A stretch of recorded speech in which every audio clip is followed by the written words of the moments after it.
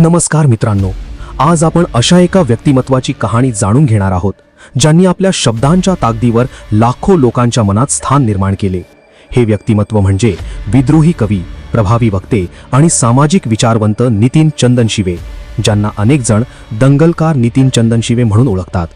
नितीन चंदन शिवे यांचा प्रवास हा संघर्ष, जिद्द आणि सामाजिक बांधिलकीचा प्रवास आहे। अत्यंत साध्या कुटुंबातून आलेल्या नितीन चंदन शिवे यांनी आपल्या आयुष्यात अनेक अडचणींचा सामना केला, परंतु परिस्थितीसमोर हार न मानता त्यांनी शिक्षण, वाचन आणि लेखन यांचा आधार घेत स्वतःची वेगळी ओळख निर्माण केली।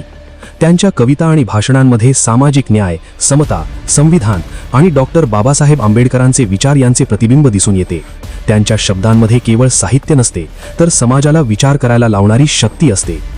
नितीन चंदन शिवे यांनी महाराष्ट्रातील ग्रामीण भागापासून ते मोठ्या शहरांपर्यंत संविधान जागर, सामाजिक प्रबोधन आणि युवकांमध्ये वैचारिक जागृती निर्माण करण्याचे काम केले आहे।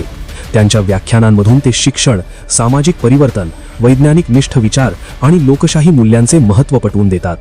महाराष्ट्रभर आयोजित होणाऱ्या विविध व्याख्यानमाला, कवी संमेलन आणि सामाजिक कार्यक्रमांमध्ये ते नियमितपणे सहभागी होत असतात।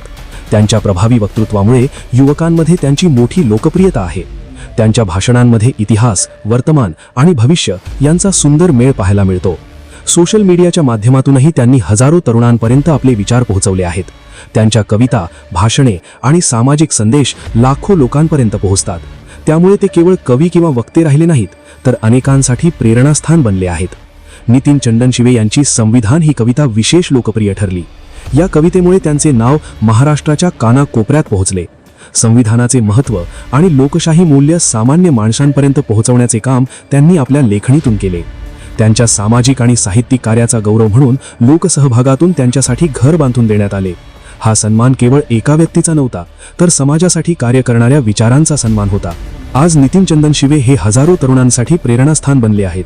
त्यांच्या कविता आणि भाषणे लोकांना अन्यायाविरुद्ध आवाज उठवण्याची, संविधानिक मूल्ये जपण्याची आणि समाजासाठी काहीतरी करण्याची प्रेरणा देतात।